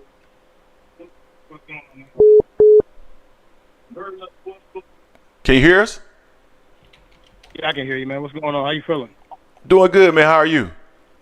Doing good, man. Doing good. I ain't called into in a while, man. I haven't been able to give you the normal shit in the comment section on your videos, but man, how y'all feeling, man? Oh, man, doing good, man. I try to read the comments as much as I can, even when I don't always respond to them. But you need to hire somebody, man. The channel keeps growing. You ain't gonna be able to do it too much. You got to hire somebody, man. Oh yeah, it's gotten tough, man. I used to respond to almost all the messages, and now there's no way I can. Oh yeah. So I only want to just touch base on a couple things. So my first thing is, to a lot of people, slow down on the Abdullah Mason. You know what I mean? Like, I'm not saying he's not more talented than Keyshawn, but here's the thing: he's in a top ranked system, and we already know the top ranked model. Basically, if it's a warm body, they're going to throw you in there with them. And they're going to make sure that you look as good. They're going to make sure you look as good as possible. He has not fought the opposition that Keyshawn has fought. And Keyshawn hasn't fought really tough opposition, but Keyshawn has actually fought some guys that are like tough matchups for him. You know what I mean?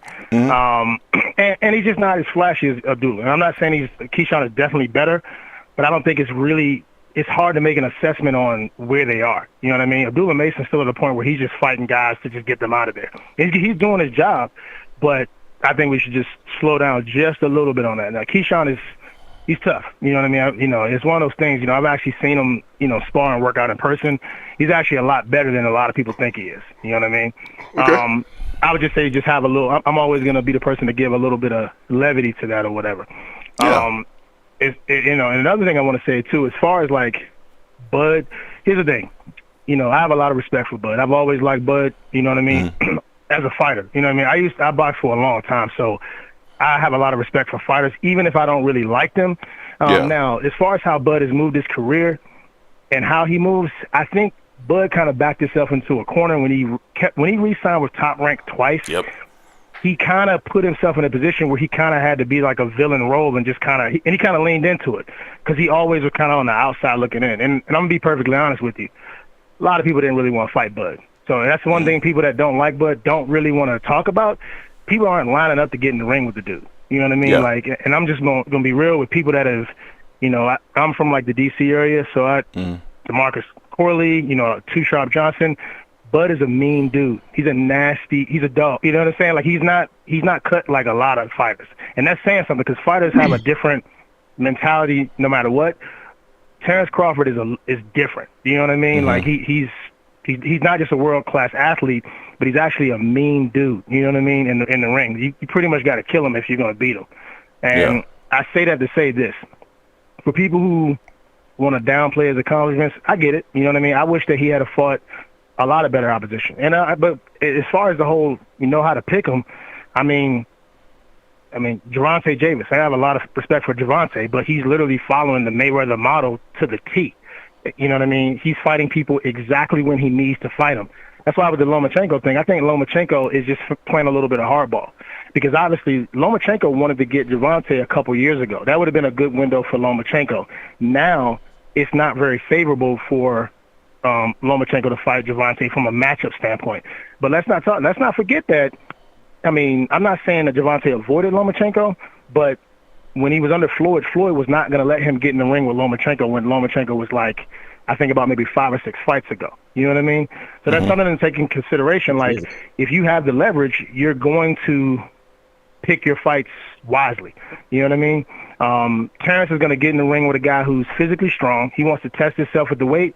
He wants to see how he reacts as far as his speed and reaction timing, and his timing and everything, in there with a big guy with a new division. That's all Terence is really trying to do in this fight. I don't really take too much consideration into the sparring because I think Terence is going to get him out of there in about 8 rounds anyway. But, I mean, you don't know how somebody's body's going to react. And when you're 37, 38 years old, that shit just will creep up on you. You know what I mean? Yeah. Even a world-class, you know what I'm saying? Even a world-class athlete like Bud. But I think Bud, the way he keeps his body, you know, how he approaches, he's just a professional. I think, honestly, what I honestly believe is I think he's going to manhandle this dude, too. That's another thing people don't really realize. Like, Bud is short, but physicality, he's a lot more physical than the average fighter. That's why, like, when people talk about the Canelo thing, from a business standpoint, it doesn't make sense. But from a matchup standpoint, I guarantee you, Canelo, Reynoso, they don't want to go anywhere near Bud because it won't look like the fight people think. They think that, you know, Canelo's going to be swinging these telegraphed-ass punches and he's going to just, like, overwhelm Bud. Don't be surprised if it gets real physical in there and Bud starts pushing Canelo around. And I know that's a crazy thought, but I've seen this dude up close and personal, man. Like he's a different dude. You know what I mean? And I'm not even, you know, I don't like the way he moves his career, but I see what I see. You know what I mean? And even Errol, the fact that he looked horrible the night they fought, you don't see people just throwing Errol Spence around. You know what I mean? Yeah. And he was ragdolling Errol. It hurt my heart. You know what I mean? I'm not even going to lie, like, because I just love Errol as a person. You know what I mean? Like, Errol's just a likable dude. But, you know, people need to just have a little bit of balance when they're looking at Bud. Like, you really are seeing a truly great fighter. And I have to say that because I'm a huge Errol fan. Like, even though I know Errol really didn't look his best, I mean, it wasn't like a close fight and then like some Riddick Bowe Holyfield type shit. He kind of got bodied in there. You know what I mean? So it's one of those things. I always just kind of offer a little bit of balance. Me, you know, being in the ring before, I just have a lot of respect for fighters. So I'll talk shit about certain fighters, but I'm always going to respect them at the end of the day. You know what I mean? No, I think people need to, like, give you guys credit. Like, you guys are obviously going to offer analysis, but you guys like the banter. That's what makes this channel fun. So keep doing what you guys are doing, man. I'm going to keep giving you shit, Greg, in the comments, of course. And you guys be doing it. All right, man. You have a good one, fam. Appreciate you. All right, no problem. Yeah, later. No, I really like this take. Now, I don't agree with all of it because I don't think Canelo is going to be in there trying to manhandle Terence Crawford to begin with. But, nah, man, a lot of what he said I agree with. I thought it was a good call. 470, you in the building with the Angry Man Podcast. All right. Can you hear us? Yes, sir. What's going on? Yeah, everything good. How y'all doing? Doing well, doing well. You in the Atlanta area? Yeah, I'm in Atlanta. Cool. Yeah, I want to share my little thoughts about what's going on. About So I've been following you a while, some days, I think some months now. I love what you're doing, but I want to talk a little bit about Crawford. Hey, Crawford, this is TBC era. Okay. Nobody touching Bud, Nobody can touch Bud. Nobody. Okay. It's Terence Crawford era. Is what I'm saying. So nobody can touch Bud. In this era, he reigning. He doing his thing now. So nobody. It's TBC era. Terence Bud Crawford era. Every boxer must mute, They're not ready to even fight Bud. But, let the world know that, it's Bud era, It's Terence, it's his era. That's number one, everybody, all the haters should know. He will keep breaking people's hearts at his age. So if he gets knocked out on August 3rd, if he gets knocked out on August 3rd, what would you say? Nobody can. Nobody. Don't say that, Mo. Don't say that. It can't happen. It can't happen. It can never happen. What do you mean? That's what about.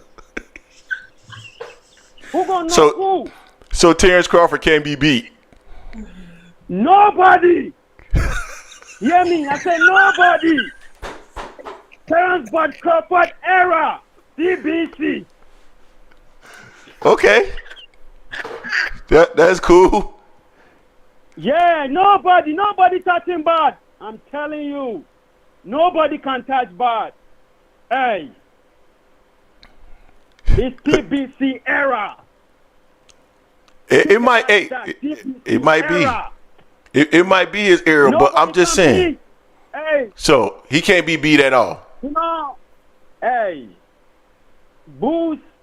Booth is doing his thing. Let it keep it where he is, Bud will not fight Booth, and your heart, everybody's heart gonna break.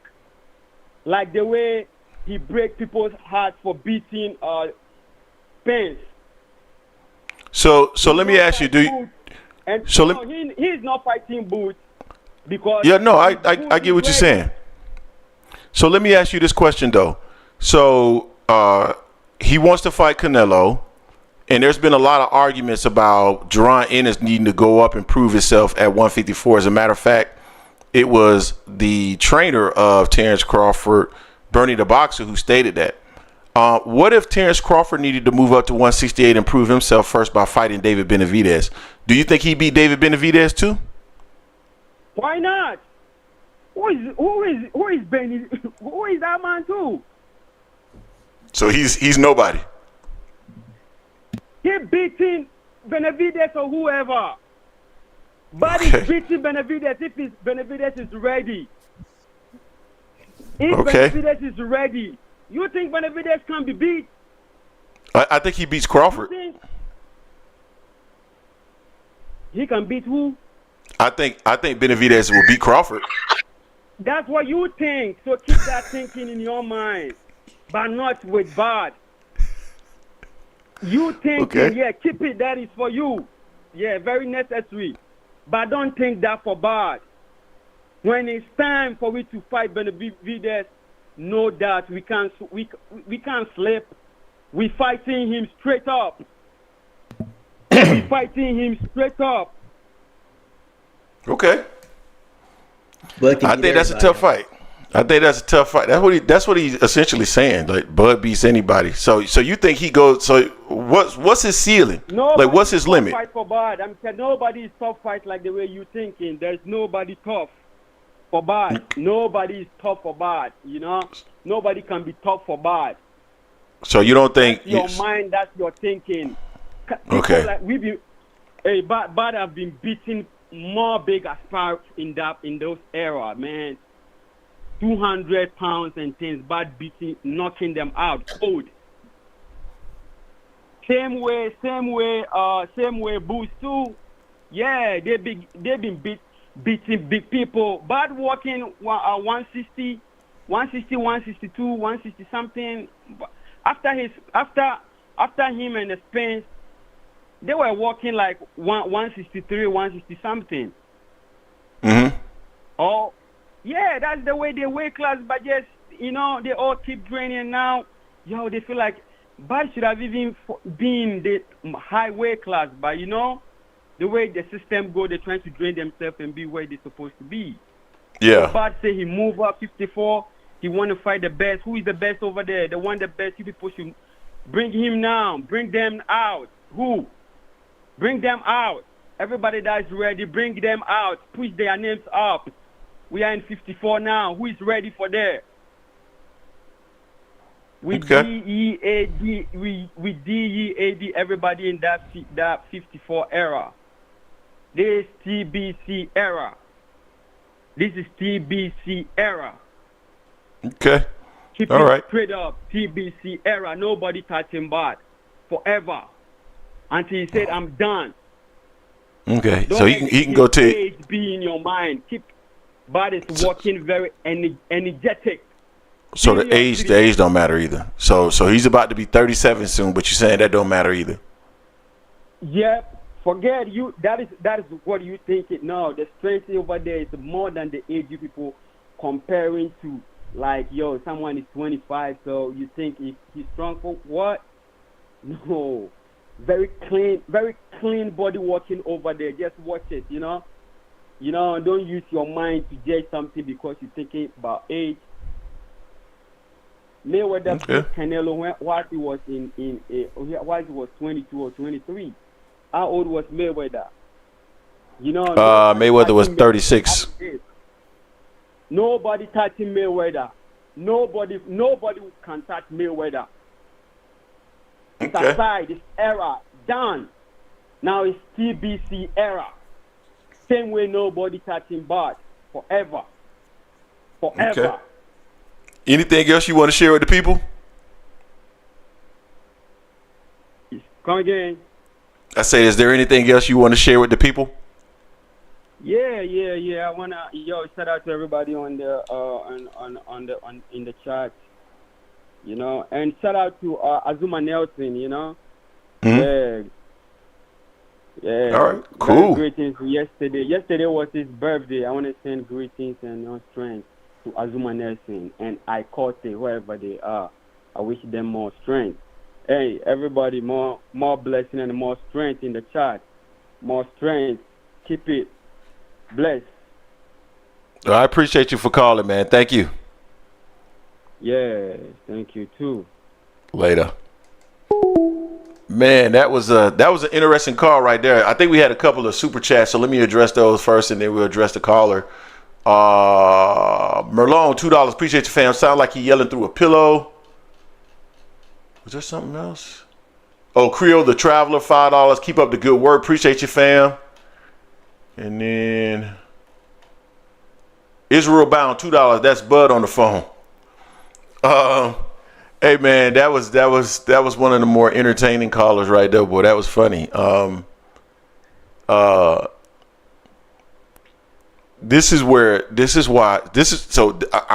full disclosure. This is why people say I'm a hater, because it's calls like that make me want to see Bud get put in the dirt. Those are the types of calls, Jay. It's not about Terence Crawford per se. It's about his fans talking like he can't be beat. Like Benavidez would wash Terence Crawford. Would wash Terence Crawford. Yet we're sitting up here saying Terence Crawford go up all the way. He said 200 pounds. Like he beating up cruiserweights. Come on, man. That's the stuff that made me get a little hot, man. Well, I'm just like, man, I want to see Crawford get put in the dirt just because they talking all this craziness, man. They talking crazy, man. Crazy. We missed one. What did we miss? Got it. We missed one from Bernard Wright. As Ben Whitaker versus David Morrell. Thoughts? That was a super chat? Yeah, $2. Oh yeah, I missed that. Hold on. me see it. Oh, Whitaker versus Morrell. Jay, I'm gonna let you answer that. You haven't seen Whitaker, have you? Nope. Nobody. I have not seen Whitaker. I've seen Whitaker. I mean, he hasn't fought the greatest of competition. You know, he styles and profiles in there. I do like Morrell. Well, I think Morrell would take him just because I think Morrell has that background, Cuban background, if I'm not mistaken, working with Ronnie Shields. So I think he'll beat him, but I think it'll be a good fight just to see the stylistic maneuvering and athleticism of Ben Whitaker versus David Morrell. That'd be a hell of a fight. I'm with that fight there. I like to see that one. Okay. Yeah, I like to see that one. I agree with you. And someone mentioned about the fight last night that I told you about. I sent you old boy going to sleep. Yeah. What about it? They say he went to sleep. Yeah, Ashton Slade. H2O. Not bad. That was he went straight to sleep. Man. That was a real tough. That was bad. Man, you know what? After that fight though, after he woke up, he was walking towards the back to the locker room. He was actually giving dab and saluting the fans and everything on the way out. He was winning the whole fight up until that point there. So but yeah, that's why you say you gotta be on with your P's and Q's the whole fight. You don't play boxing, man. And you will go to sleep. You know, now it's gonna see how he comes back because he was trying to get he was supposed to be fighting Kid Austin, Floyd Schofield, but I believe Floyd Schofield ended up with an injury. So he pulled out, so he ended up fighting this guy, and he got slept. That's the knockout of the year. Yeah, so that was tough. Easy. That reminded me of when Chris Colbert got put to sleep by Rayo. Whew. Man, ASVP TV somewhere out in the boonies. J Mac, what's going on with you? Sorry, I think somebody tried to call in. I opened the phone lines back up. But yeah, you know, I do not hate Terence Crawford. But man, when fans call in and start talking crazy like he can't be beat at all. Come on, man. Every fighter can be beat. 318. What's going on? It's your boy ASAP, man. Man, what's going on, family? Called in to holler at y'all, man. I'm hearing a lot of buffoonery. Them the first 3 calls, man. It was unbearable down there. You know what I'm saying? I don't remember the first 3. Who were the first 3 people? Basically, Spence fans. You know, Spence fans now, Boots fans. You know. No. Adrian's been a Boots fan well before Spence even fought. Spence fought Crawford. Like, he loves Boots. Well, hey, they all entitled to their opinion, man. I can't knock it. You know what I'm saying? Yeah. I disagree with some of the logic. That was used, like the last, the third call that was in the third call period. He was talking like Bud knew Spence was saying his goods and all this and that, but that's a 5-year gap in between when Bud said that to when they actually fight. Like, I didn't know about it. So to that, what he was saying, so to that I say, why didn't Earl just make the fight when he pressed it in the first place? If that was the case. Because we don't want to have no excuses. And it's funny how everybody all of a sudden acknowledged the deficiency in his fighting style that he was using. All of a sudden, once he gets beat, now we see it. But before the fight, it was on backtrack because you said it. But now everybody in agreement with the things that people were telling you before the fight. And then one of the guys, I forget which one said talking about Crawford ain't got no chin and this and that. Well, he took Errol's best shot. He took Errol was waiting. He took the overhand left in the 5th round, and then another overhand left on that first knockdown of the 7th round. Yeah, but Errol was drained. So if he can't pay, I know it's right. I watched that fight. I don't know how many times. I know it's right. But hey, if he can't take a punch, then that then, you know what I'm saying? Because by the look of it, and I've been watching, and I can't tell you how many times I go through this whole fight. I go through whatever top Terence Crawford fight on YouTube, I go back and look at it. And if you look at his fights from beginning to end, man, he's only got better and better and better. But for y'all, I don't disagree with y'all wanting the Boots fight, Boots fight. I don't disagree with that. I want to see that fight as well. I want to see that sad-ass look on y'all face again. I want to see that same look on y'all face again. I want to see that dead head, like, wondering what happened. Yeah, you ain't never see that on my face. And Greg, I don't think you watched the fight. I don't even think you watched the fight again. No, I couldn't. It was too painful. That explains a lot. That explains a lot. Nope, I didn't watch it again. I sure didn't. Nah. No, fuck that. I'm not watching that fucking fight no more. Anybody that want to rewatch it, it's on Prime for you. Go watch it. Man, fuck that fight. Fuck that fight. And the next day, I watched it too, because the next day, you yourself, Greg, was saying, "Oh, he ought to retire after that. He need to retire after that." You know what I'm saying? Yeah, I did. I don't remember exactly what I said, but I think I said something to that effect. Yeah.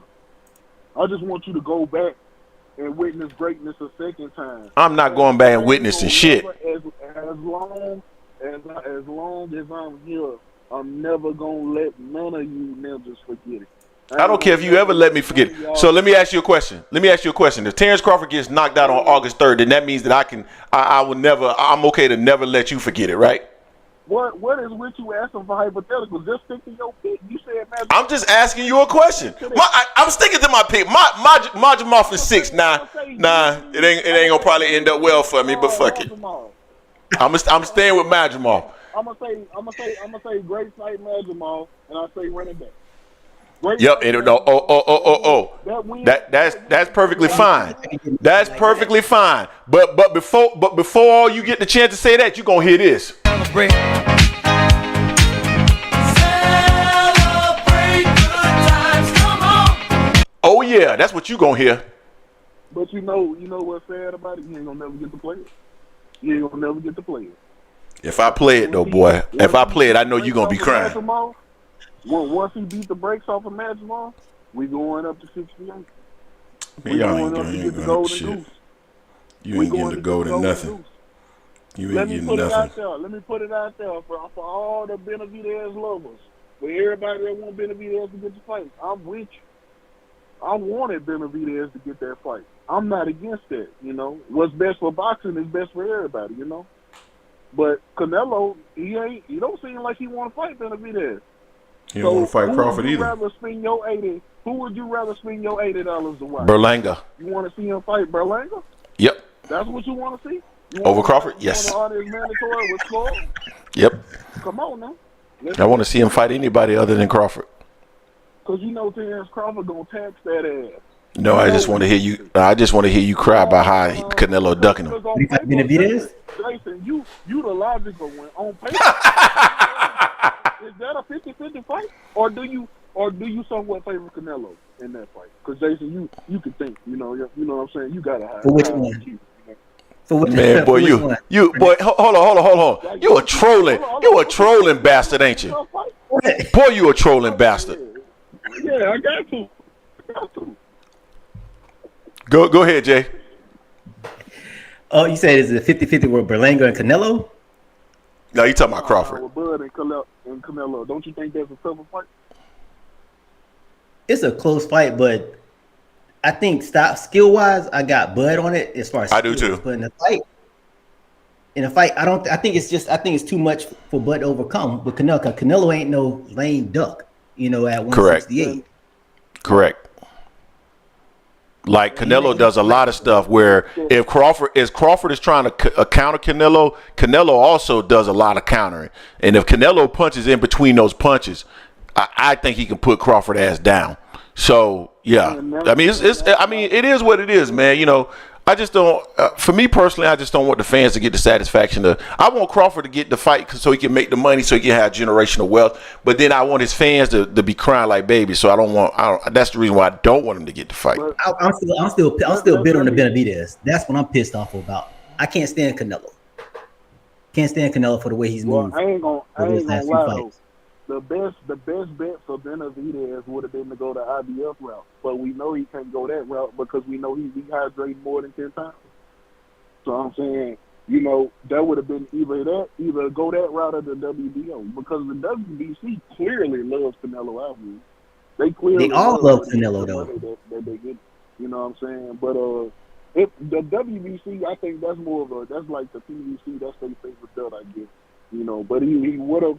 Not no more. That's Turkey Ellis. She got them in the bag now. Yeah, hey. But Terence need to go in there, take care of business take care of business with Madrimov. We ain't really worried about Canelo. We ain't really worried about Boots or anybody else right now. Even though I want those, I don't mind getting those fights. Whatever Crawford wants, that's what I want to see. But the focus on Madrimov. We ain't worried about nobody else right now. The focus is on Israel Madrimov. Any given day, you can be beat. Every dog has a day. You know what I'm saying? Facts. We just seen H2O dominate the fight and then get caught. You know what I'm saying? So can't look past no fighter.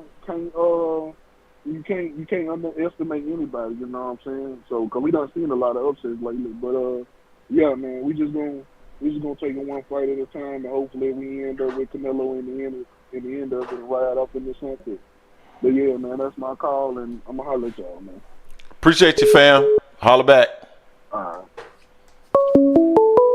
410, you in the building with the Angry Man Podcast. What's going on with you, fam? What's going on? How y'all doing, man? Doing well, man. How are you? I'm good. Just got a quick question. Get your input. Yeah. First of all, I'm a big fan of your show. Appreciate you. You gotta do a hell of a job. Yep. I'm not gonna talk about what I was gonna talk about because I'm a Bud fan, but you make a lot of valid points. I got a question about Tank. Mm-hmm. They talking about Shakur and what's the other guy? Lomachenko. I think the best fight for Tank, competition-wise, would be a Teofimo fight. What do you guys think about that? Which Teofimo we're gonna get? Teo usually raises his level for good competition. That's a real good fight. Yeah, because I say that because I don't hear nobody mentioning that. They're always talking about Shakur and Loma. I think Loma is a little long in the tooth, and I just think Shakur will run around for 5 or 6 rounds and then get caught. But I think Teofimo will bang it out with him. Teofimo can fight. Yeah, he can fight. Fight, but he can get hit, and we seen him get dropped before several times. He got dropped by Sandor Martin, and Tank put them things on him. Teo might not get up from that, Plus Teo's at 140. Teo ain't gonna come down to 135, and Tank might not go up to 140. Until he handles business at 135. So we'll see what Teo looks like if he could take a shot from Tank. Because I'm trying to think about who's the hardest hitter that Teo's ever fought. What, Comey? It'll be a good fight just because Teo's very athletic and he can move around. He can punch. He can punch too. Like he keep Tank honest because he can punch. Yeah, that's what that'd be a good fight. Yeah, I don't see nobody else getting with Tank though. Not at that weight. I don't think so either.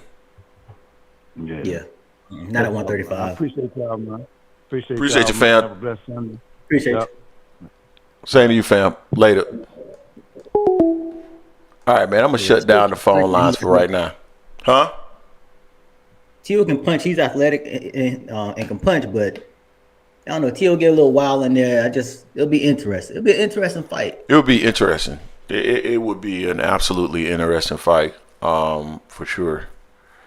I like that fight, man, but I like all those fights, man. I get excited when fighters get back in the ring, dog. Like, Yeah. I'm looking forward to August 3rd. Like people keep talking about us, man, but I feel like, man, we've been doing a hell of a job promoting Terence Crawford over the last 2 weeks, man. A hell of a job. You know what I mean? So I got to think of some more Terence Crawford content that we can put out, man. What are we, like 2 weeks out now? Yeah. Yeah, we 2 weeks. We exactly. Well, a little under 2 weeks out now. 13 days. Huh? Now all things in the chat trolling talking about T.O. versus Colbert, man. Colbert ain't going past 130, man. After Rayo taxed that ass and put him to sleep, he said, them boys too big. They too strong for me at 135. They too strong. They too strong. Hey, we got 123 in the building, but 111 likes. Guys, make sure you smash the like button so other people can find the content, man. Smash the like button. Smash the like button. Like next month, he's fighting on something like he's fighting on I don't know if it's fighting on the East Coast card on some network. So I don't even know if he's with PBC anymore. He definitely fell off after getting, man. I don't know, that knockout with HTO that happened to HTO last night reminded me of when Jake Paul knocked out Nate Robinson. Man, I'm sorry, man. I was reading the Discord, man. He knows just went in there and got busy on somebody, man. Got busy on Green Light in the Discord, man. Coming in there doing all that hating. Okay, big. Yeah, it is a Philly card. Okay, bet. Yeah, but anyway, nah, man, it was a good show today. Me and Israel Bound, we got into it today. Israel Bound, you should be able to get back into the Discord. I don't know if you've tried yet, but you should be able to. I'm gonna add you on the Discord. That way you'll be able to connect with me. If you can't get back in the Discord, we'll figure it out. But yeah, man. Like, I like to talk boxing, and I don't mind people coming in and poking holes through our arguments, man. But like this gentleman here, I'm gonna read these messages to you guys because this is the kind of stuff we get, and I'm just like, hey, what is the purpose of this? This dude said, Green, you two don't have your own content. When will you get a press pass, or are you too scared to be actual combat fighters? Okay. The hell does that do with anything? I don't know. Then I read the other one. Look at Jason talk about Mill City. Never heard that platform talk about AM Sports, which they shouldn't. Greg is wrong. He had that wrong. Please get press passes. They have press passes. You two are blue blood wannabes. That Spence and Crawford fight didn't push you to the forefront. Just two grumpier old men. You guys are good at watching other organic channels. I think you two should shadow Blue Blood and learn something about boxing media. You two are like Shannon Sharp when Bill Romanowski spit in his face. Beta males, you guys need to stop talk college ball also. All that wasted time spent on Errol and making a documentary just for Errol to say you guys don't know what you're talking about. That had to be embarrassing as senior citizens. So Errol Spence has never actually addressed us directly, so that's just factually not true. I know what he's talking about, but that's from over. Yeah, that's from over like a year ago. What he's talking about when I did a video addressing something specifically that Errol said about YouTube content creators. What's so interesting is he's saying that we're blue blood wannabes and we need to go shadow him. Yet blue blood actually does exactly what we do. I think blue blood may have a press pass. Actually, I'm not sure if he has a press pass. I know, like, blue blood goes to all the same stuff that we could go to, like all the those like the initial press conferences and final press conferences. If we chose to go to those, we could. We absolutely could. Yeah, we have access to that. The problem is we're not full-time content creators. Blue blood is. Blue blood is a full-time content creator. So I don't know what this deal is trying to compare us to other content creators in hopes to have a content creator beef. Like, I'm not interested in that, dog.